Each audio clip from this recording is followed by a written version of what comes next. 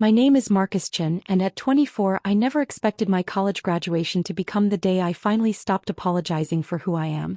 Standing in that sea of black caps and gowns, waiting for my name to be called, I could hear my parents' whispered conversation 3 rows behind me in the family section. Such a disappointment. My mother's voice carried just loud enough for nearby families to hear. 4 years of college and still no direction. My father's response was equally cutting. Should have studied something practical like his sister.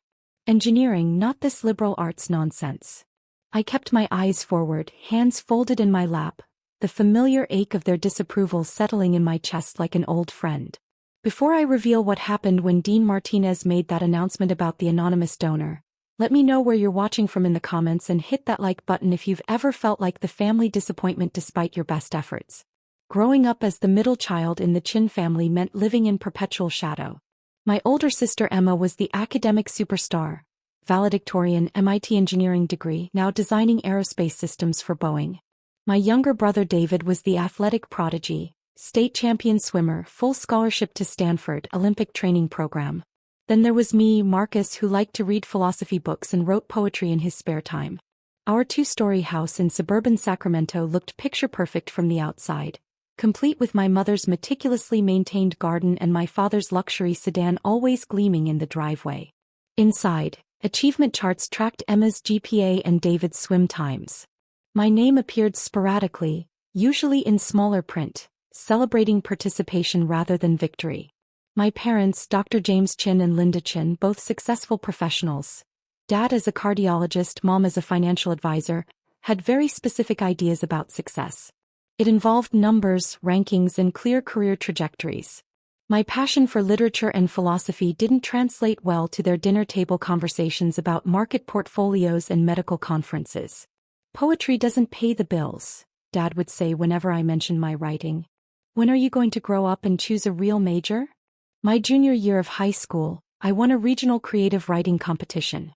The prize was $1,000 and publication in a literary magazine. I rushed home, excited to share the news, only to find my parents celebrating David's latest swimming record. My announcement was met with polite nods before the conversation returned to David's potential for Olympic qualification.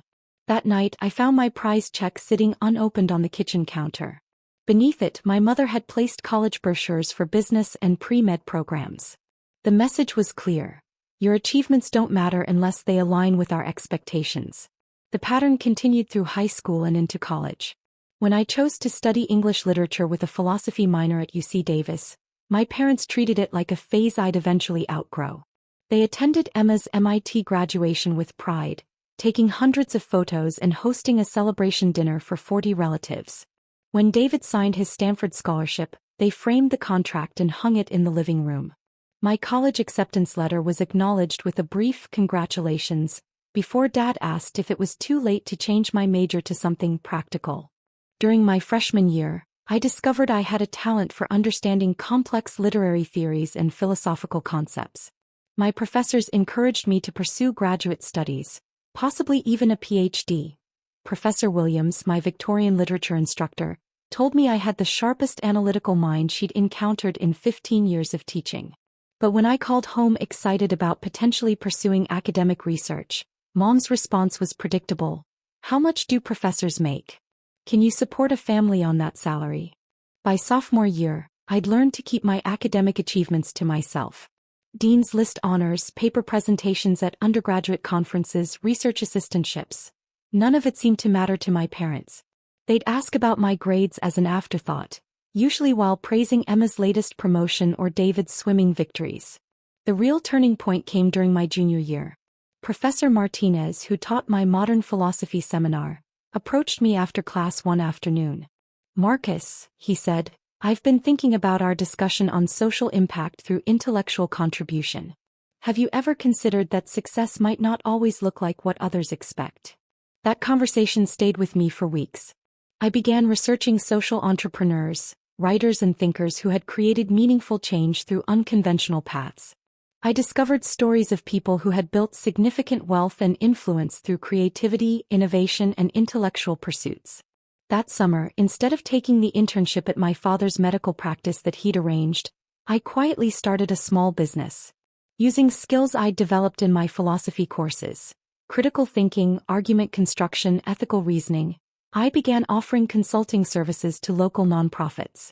Many organizations needed help with grant writing, strategic planning, and ethical frameworks for their programs. My first client was a literacy foundation struggling to articulate their mission for a major grant application. Using techniques I'd learned in my writing courses, I helped them craft a compelling narrative that secured $150,000 in funding. They paid me $2,000 for 2 weeks of work. Word spread quickly through the nonprofit community. Organizations valued my unique combination of analytical thinking, writing skills, and genuine passion for social causes. By the end of summer, I'd earned more money than David made from his part-time coaching job. But I didn't tell my parents. Not yet. Senior year began with the familiar family dynamics. Emma visited for Thanksgiving, regaling everyone with stories of her engineering projects and substantial salary. David shared updates from Stanford, his Olympic training progress, and his girlfriend who was also a competitive swimmer. When attention turned to me, I offered vague updates about my coursework and thesis project. Still planning to be a perpetual student? Dad asked during dessert. Emma was making 6 figures by your age. Not everyone can be as practical as Emma, Mom added with false sympathy. We just hope you'll find your way eventually. Behind their condescension, I was building something they couldn't see. My consulting business had grown to include clients across California. I specialized in helping education-focused nonprofits, literacy programs, and organizations working with underprivileged youth. The work felt meaningful, but it was also lucrative. By Christmas break, I'd saved nearly $50,000. But the money wasn't the point. Through my work, I'd discovered something that would change everything. Many of the organizations I worked with were struggling with the same fundamental problem: lack of access to quality educational resources. Libraries in low-income communities were understaffed and underfunded. Schools lacked basic books and technology. Students had academic potential but no support systems. That's when I learned about UC Davis's campaign to build a new library. The university had been fundraising for 3 years, but they were still $2 million short of their goal. The proposed library would serve not just university students, but the broader Sacramento community, with special programs for literacy education and community outreach. During winter break, I met with the development office. I didn't go as Marcus Chin, college senior. I went as Marcus Chin, consultant and potential donor. The meeting was with Sarah Rodriguez, the university's director of major gifts. She outlined the library project's vision: a state-of-the-art facility that would serve as a community hub, offering literacy programs, technology access, and educational support for underserved populations. The building would include spaces for tutoring, after-school programs, and adult education classes. The impact would be transformative, Sarah explained. We estimate serving over 10,000 community members annually, many of whom currently lack access to these resources. I asked detailed questions about the timeline, the specific programs, and the naming opportunities. When she mentioned that a $2 million donation would fund the entire community outreach wing, I knew what I had to do. I'd like to make a donation, I said. $2 million with specific conditions. Sarah's eyes widened. That's incredibly generous. May I ask about your connection to the university? I'm a current student, I replied. But I'd like the donation to remain anonymous until graduation day. Can you arrange for the announcement to be made during the commencement ceremony? The next few months were a whirlwind of legal paperwork, financial transfers, and careful planning. I liquidated my business savings, took out strategic loans against future earnings, and structured the donation through a private foundation I established. The legal work was complex, but my philosophy coursework had taught me to think systematically about complex problems. By March, the donation was complete. Construction on the new library wing began immediately, with completion scheduled for fall semester. The university was thrilled, but honored my request for anonymity until graduation. Meanwhile, my family continued their familiar patterns. Emma announced her engagement to a fellow engineer, complete with a celebration dinner and congratulations from extended family. David qualified for Olympic trials, earning local newspaper coverage and another family celebration. When I mentioned I was graduating summa cum laude with honors in both my majors, The response was muted congratulations before conversation shifted to Emma's wedding planning. "At least you'll finish college," Mom said with forced positivity. "Now you can start thinking about real career options." 2 weeks before graduation, I received the final construction photos from Sarah Rodriguez. The new library wing was beautiful, bright, modern, filled with natural light and designed to welcome learners of all ages. The community programs were already accepting applications, with overwhelming response from local families. "Your donation will literally change lives," Sarah wrote in her email. "Thank you for believing in our mission." But my parents remained unaware of everything I'd built. To them, I was still Marcus, the disappointment, the one who'd wasted 4 years studying impractical subjects while his siblings achieved real success. Graduation morning arrived with typical family dynamics. Emma and David flew in for the ceremony, their achievements dominating breakfast conversation. My mother spent 20 minutes discussing Emma's wedding registry while my father scrolled through David's latest swimming videos. "Try to look professional in the photos," Mom instructed as we prepared to leave for the ceremony. Emma's colleagues might see them on social media. The irony wasn't lost on me. In a few hours, everyone would understand exactly how professional I'd become. The graduation ceremony took place in the university's main amphitheater, a grand space that could hold 8,000 people. Families filled the tiered seating while graduates assembled on the field in neat rows organized by school and major. I sat with my fellow English and philosophy graduates, listening to the opening remarks and watching families in the stands. 3 rows up I could see my parents. Dad checked his phone periodically while Mom pointed out other families to Emma, commenting on their clothing choices and apparent success levels. David took selfies with his girlfriend, both of them looking slightly bored by the academic ceremony. The first part of the ceremony proceeded predictably. The provost spoke about academic achievement, the student body president delivered remarks about our shared journey, and various deans recognized graduating students from their schools. I walked across the stage when my name was called, shaking hands with Dean Martinez and receiving my diploma folder. The applause was polite but unremarkable. From the stands, I heard Emma's enthusiastic cheering. She was genuinely proud, even if our parents viewed my degree as a consolation prize. "Marcus Chen," the announcer said, "graduating summa cum laude with dual honors in English literature and philosophy." My parents clapped politely. I caught my mother leaning over to whisper something to Emma, probably commenting on how long it had taken me to reach this basic milestone. What happened next changed everything. Dean Martinez returned to the podium for the final remarks. "Before we conclude today's ceremony," he announced, "I have a special recognition to share with our community." The amphitheater quieted as graduates and families focused their attention on the stage. 3 months ago, our university received an extraordinary gift, Dean Martinez continued. An anonymous donor contributed $2 million to fund our new community learning center, a library wing that will serve not just our students, but thousands of community members who need access to educational resources. Murmurs of appreciation rippled through the crowd. I remained seated, heart pounding, knowing what came next. This donation represents the largest single gift from a community member in our university's history, the dean continued. Today, our anonymous donor has asked to be recognized publicly for the first time. My parents were paying attention now, probably curious about which wealthy family was being honored. The donor's vision was simple but powerful. Education should be accessible to everyone, regardless of economic circumstances. This new facility will provide literacy programs, technology access, and educational support to over 10,000 community members annually. I could see Sarah Rodriguez standing in the wings, holding a large ceremonial check and a bouquet of flowers. "Ladies and gentlemen," Dean Martinez announced, "I'd like to ask our donor to join me on stage. Marcus Chen, please come forward." The amphitheater fell completely silent. 8,000 people turned to look at the graduating students, trying to locate the person whose name had just been called.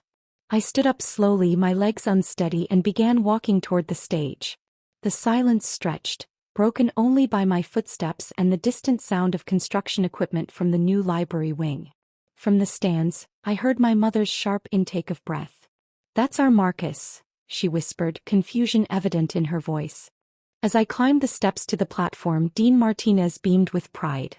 Marcus Chin, class of 2024, whose extraordinary generosity will impact our community for generations to come. The crowd erupted in applause, but I was focused on the family section. My parents sat frozen, staring at me with expressions I'd never seen before. Emma had tears in her eyes, her hand covering her mouth in shock. David had lowered his phone, finally paying complete attention. Sarah Rodriguez approached with the ceremonial elements of the recognition. Dean Martinez handed me a beautiful plaque commemorating the donation, while Sarah presented flowers and posed for photos. "Would you like to say a few words?" Dean Martinez asked, offering me the microphone. I accepted it with trembling hands and looked out at the sea of faces. Graduates, families, faculty, all waiting to hear from the 24-year-old who had just been revealed as a major philanthropist. "Thank you," I began, my voice stronger than I'd expected. "When I started college 4 years ago, my parents worried that studying literature and philosophy wasn't practical. They thought I was wasting time on subjects that wouldn't lead to real success." I found my family in the crowd. My mother was crying now, though I couldn't tell if it was pride, shock, or regret. But what I learned in my literature courses was how to understand human stories, human needs, human potential. Philosophy taught me to think critically about social problems and ethical responsibilities. These impractical subjects gave me the tools to build a consulting business that serves nonprofits across California. The applause grew stronger. I could see my professors in the faculty section, beaming with pride. More importantly, these studies helped me understand that success isn't just about personal achievement. It's about using your abilities to create opportunities for others. This library will serve students like me who need quiet spaces to study, but it will also serve working parents trying to earn their GEDs, children who don't have books at home, and seniors learning to use computers. I paused, looking directly at my parents. Sometimes the most practical thing you can do is follow your passion and use it to serve others. That's what real success looks like. The standing ovation was thunderous. I handed the microphone back to Dean Martinez and returned to my seat, legs shaking from adrenaline. But the ceremony wasn't over. Dean Martinez had one more surprise. The university has voted to name the new facility the Marcus Chin Community Learning Center, he announced. A permanent reminder that education transforms not just individuals, but entire communities. If the previous applause was loud, this was deafening.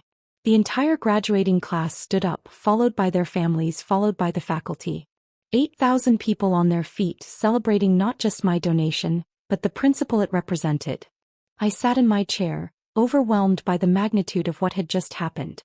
For 4 years I'd felt invisible, dismissed, undervalued. Now, my name would be permanently attached to a building that would serve my community for decades. When the ceremony concluded and graduates began finding their families, I walked slowly toward the family section. My parents stood at the bottom of the stairs, looking uncertain for the first time in my memory. My mother reached me first. "Marcus," she whispered, "we had no idea." My father looked stunned. $2 million? How is that possible? Before I could answer, Emma engulfed me in a hug. "I'm so proud of you," she said, tears streaming down her face. "I had no idea what you were building." David, usually confident and articulate, seemed speechless. "Bro," he finally managed, "that was incredible." Other families began approaching, congratulating me and expressing amazement at the recognition. Parents who had previously overlooked me now wanted to know about my business, my future plans, my path to success. But I was focused on my own parents, who stood slightly apart from the crowd, still processing what they'd witnessed. "The consulting business," my father said slowly. "When did that start?" "Junior year," I replied. "I've been working with nonprofits, helping them with strategic planning and grant writing. The skills I learned in my literature and philosophy courses turned out to be exactly what they needed." My mother shook her head in disbelief. "Why didn't you tell us?" It was a fair question and one I'd been preparing to answer for months. "Because you'd already decided my choices were wrong," I said gently. Every conversation about my studies included criticism or suggestions to change direction. I needed space to build something without constant doubt and disapproval. The hurt in their eyes was evident, but so was the dawning recognition of their own role in my silence. "We thought we were helping," Mom said quietly. "We just wanted you to be secure, successful." "I am successful," I replied. "Just not in the way you expected." Over the following hours, as we attended the reception and took family photos, the dynamics began shifting. Emma asked detailed questions about my business model and client base. David wanted to understand how I'd managed to save $2 million while still in college. My parents listened quietly, absorbing information about a son they realized they'd never really known. The photos from that day tell the story. In the earlier shots taken before the ceremony, I look tense and uncertain while my family appears confident and proud of Emma and David. In the later photos taken after the library announcement, everyone's expressions have changed. I look confident and proud while my parents appear humbled and reflective. That evening at the family dinner they'd planned to celebrate my graduation, the conversation was unlike any we'd ever had. Instead of defending my choices or explaining my plans, I found myself in the position of strength, sharing insights about social entrepreneurship and discussing my vision for expanding my consulting work. I've been invited to speak at 3 conferences this summer, I mentioned casually.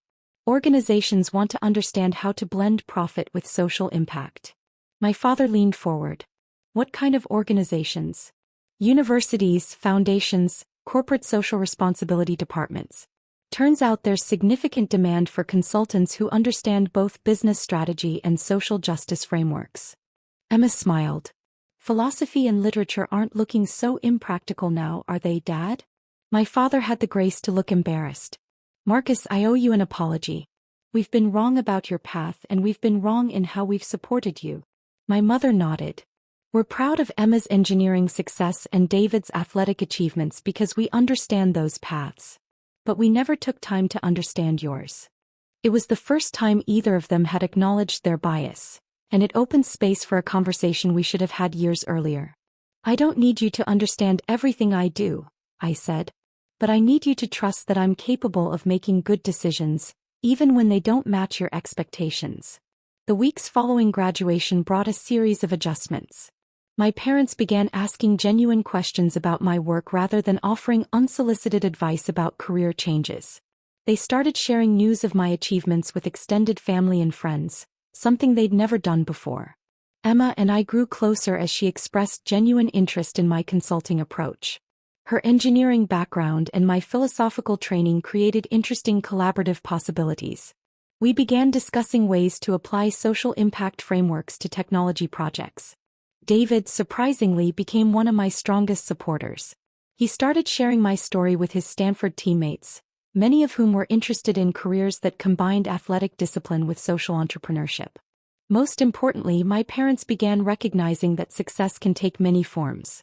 They still worried about practical concerns like financial security and career stability, but they stopped assuming that unconventional paths were automatically wrong. The Marcus Chin Community Learning Center opened 3 months after graduation. The dedication ceremony drew over 500 community members, including many of the families who would benefit from the programs. I spoke briefly about the importance of accessible education, but the real stars were the community members who shared how the facility would impact their lives. Maria Santos, a single mother completing her GED, talked about finally having a quiet space to study while her children attended the center's after-school programs. James Wilson, a military veteran transitioning to civilian life, described the technology training that would help him pursue a new career in web development. 8-year-old Aisha Johnson read a poem she'd written in the center's youth literacy program. My parents attended the dedication, sitting in the front row and listening to speaker after speaker describe the center's impact. During the reception, my mother approached Maria Santos and had a long conversation about the challenges of returning to education as an adult. Your son created something beautiful, Maria told my mother. This place is going to change everything for families like mine. Later, my mother told me it was the first time she'd truly understood what my donation meant beyond the impressive dollar amount. I saw your success, she said. But today I saw your impact. The business continued growing throughout the summer. My client base expanded to include national organizations, and I hired 2 part-time assistants to help manage the workload. By fall, I was earning more annually than many of my peers who had chosen practical majors. But more importantly, I'd found a career that aligned with my values and utilized my skills. The critical thinking abilities I'd developed in philosophy courses proved invaluable for strategic planning. The analytical and communication skills from literature studies were essential for grant writing and program evaluation. My parents gradually acknowledged what Professor Martinez had tried to tell me years earlier. Success doesn't always look like what others expect. During Thanksgiving dinner that year, the family dynamics had shifted completely. Emma shared updates about her engineering projects, David discussed his training progress, and I talked about my consulting work and community impact. But instead of competing for attention or approval, we found ourselves supporting each other's different paths. "I've been thinking," my father said during dessert, "about starting a foundation focused on healthcare access in underserved communities. Marcus, would you be interested in helping with the strategic planning?" It was the first time he'd asked for my professional expertise, recognizing that my skills might be valuable for his own philanthropic goals.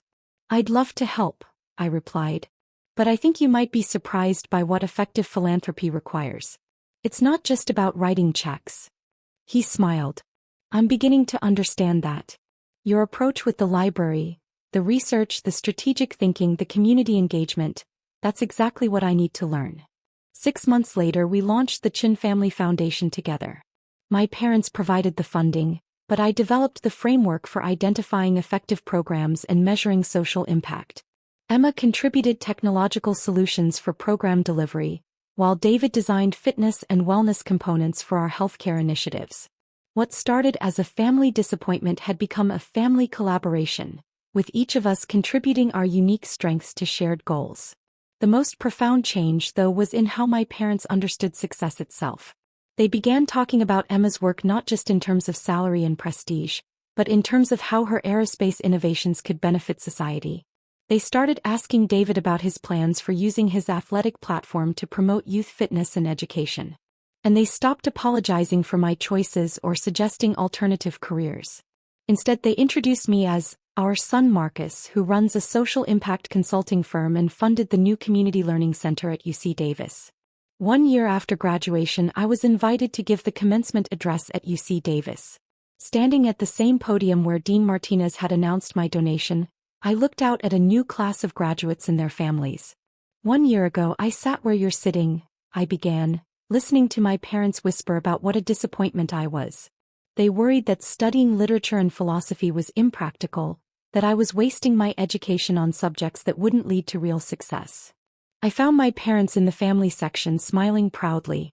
But what I discovered is that success isn't about choosing the most obviously practical path. It's about developing your abilities and using them to create value for others. Sometimes the most practical thing you can do is follow your passion and apply it to solving real problems. The applause was warm and encouraging, but I was focused on one specific message. If you're sitting here today feeling like the family disappointment, if your choices don't match others' expectations, if you're pursuing something that seems impractical to people who love you, remember that they can only see the beginning of your story. The middle and end might surprise everyone, including yourself. After the ceremony, dozens of students and parents approached me with questions about unconventional career paths, social entrepreneurship, and following passion while building security. Many shared stories similar to mine, feeling dismissed or undervalued because their interests didn't align with family expectations. But the conversation that mattered most was with my own parents. "We're sorry it took us so long to see," my mother said as we walked across campus toward the Marcus Chin Community Learning Center. "We thought we were protecting you from disappointment, but we were actually creating it." My father nodded. "We measured your worth by Emma and David's achievements instead of recognizing your own path. That was our failure, not yours. You weren't wrong to want security and success for me," I replied. "You just had a narrow definition of what those look like." We spent an hour touring the Learning Center, watching community members of all ages engaged in various programs. The facility was bustling with activity. Children in the literacy program, adults learning computer skills, teenagers getting homework help, seniors participating in book clubs. "This is your legacy," my father said, watching an elderly man help a young girl with her reading. Not just the building, but the connections, the opportunities, the lives changed. As we prepared to leave campus, I reflected on the journey from disappointment to recognition. The transformation hadn't just been in my circumstances. I'd been building success all along. The real change was in how my family understood and valued that success. Driving home, my mother asked about my future plans. Did I want to expand the consulting business? Was I considering graduate school? What about marriage and family? But her questions had a different tone now. She wasn't asking because she doubted my choices or wanted to redirect my path. She was asking because she was genuinely interested in my life and proud of what I was building. I'm exactly where I want to be, I replied. Building something meaningful, using my skills to create opportunities for others, proving that unconventional paths can lead to extraordinary outcomes. 2 years later, as I write this story, the business has grown to serve clients in 12 states. The Chin Family Foundation has funded educational programs serving over 5,000 students. Emma and I are collaborating on technology solutions for nonprofit organizations. David is using his athletic success to promote youth development programs. Most importantly, my parents have become genuine supporters rather than skeptical observers. They brag about my achievements to their friends, ask thoughtful questions about my work, and trust my judgment about major decisions. The family disappointment became the family success story, not because I changed direction, but because they learned to see the value in the direction I'd chosen all along. If you're reading this as someone who feels undervalued or misunderstood by people who love you, remember that external validation is less important than internal conviction.